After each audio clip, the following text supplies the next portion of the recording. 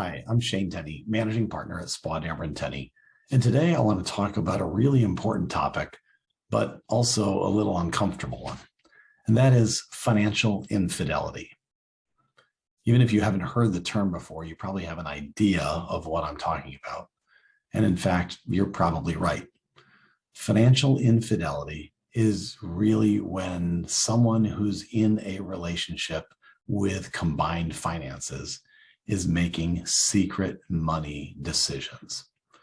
In fact, a recent study in the last couple of months has confirmed that about a third of people in relationships admit to making secret money decisions, and almost half of the people surveyed agree that financial infidelity can be as painful and damaging to a relationship as physical cheating. So, why are we talking about it today? In hopes that if there are any seeds of financial secrecy in your relationship, you can identify them, you can admit it, and you can begin to weed that garden of your relationship before it gets out of hand. And if you see financial infidelity or the signs of it in a close friend or family member, perhaps you'll be better equipped to help them make decisions to strengthen their relationship instead of destroy it.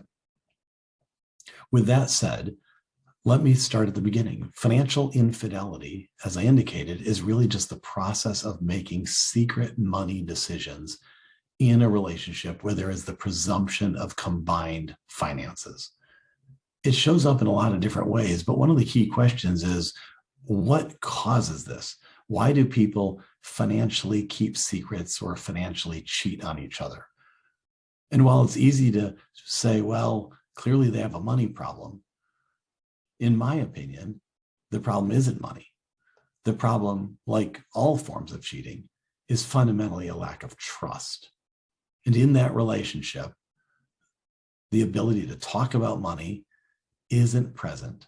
And so either there is a desire or a demand to control money in the way you want to without compromising with your significant other, or sometimes there's just significant embarrassment over how you make money decisions. And so you keep it a secret. Now, often when we talk about financial infidelity, people assume that means someone is spending money and buying stuff in an out-of-hand way. And it's true, spending can be a form of financial secrecy, but so can savings. Let me explain a little bit about the difference. You see, some people in their relationships find themselves choosing to spend money without the consent or discussion or involvement of their significant other. And this will often show up in a number of different ways. Sometimes there's just more stuff being purchased or unloaded from the trunk or arriving on the front doorstep than the budget would reasonably allow. Sometimes there's statements from credit card companies that we didn't know about. Sometimes there's just a lot more cash in the wallet or in the purse than seems reasonable given the level of income or the way we handle our bills. And so all of these can be signs that one of the people in the relationship is choosing to get cash back or spend or purchase without really engaging their significant other. But sometimes financial secrecy shows up through savings. And this is often a byproduct of a sense of intellectual curiosity or restlessness. And so one party will have a desire and a commitment to saving or investing more money than their spouse or partner may want to.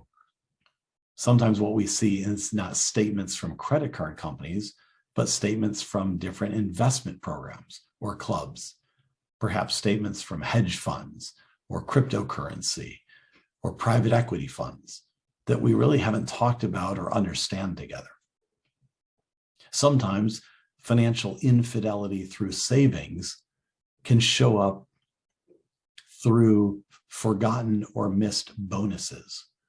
What I mean by that is there has historically been a pattern of bonuses or true ups or extra funds that we used for agreed upon expenses And now we seem to never talk about those, or they seem to never arrive. Is it because they don't? Or is it because those monies are getting funneled into some sort of secret investment or savings account? In either case, the root cause is a secrecy born out of a lack of trust and desire to work together. And it can be really, really damaging. So what to do if this is present in your relationship? You probably already know, because I think the remedy is similar to the remedy for any sort of deception or infidelity, and that is honesty. The first step is not just to look at what happened, but why did it happen? And so before you engage in a big, deep conversation, often with tears or anger, it's important to look in your own heart and see, why do you feel compelled to act against the involvement or participation of the person who you publicly say is the most important on earth? That's a really, really important step to take, to understand the root causes of the relational dysfunction.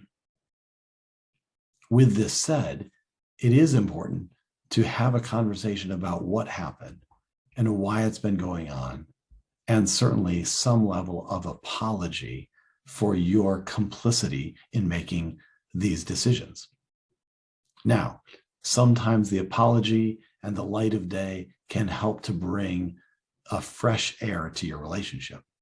But usually there's some level of breached trust that needs to be repaired. And this can be attempted through forming agreements together. For example, some couples will agree that from now on, neither of us will spend money above a certain level. Or in the case of the savings secrecy, there will be no accounts that are opened in this household that are not in joint name, to ensure that we're both involved in what's happening and an attempt to rebuild the trust. Sometimes you'll need a neutral third party, and a friend or a colleague or a financial advisor can participate in neutralizing or diffusing the energy and the hurt that's existed while you work to form new methods of making decisions. And certainly counseling or therapy can often be really helpful to not only work through the issues that you have as a couple, but also through your own relationship with money and its importance in your life. So, while a difficult topic, it's one to honestly acknowledge and be able to face. Financial infidelity can be extremely destructive in relationships, but hopefully, now that you're thinking about it, you can help avoid this topic in your relationship and move on to brighter times, working together towards your common goals ahead. Thanks. I'll see you back here for our next video soon.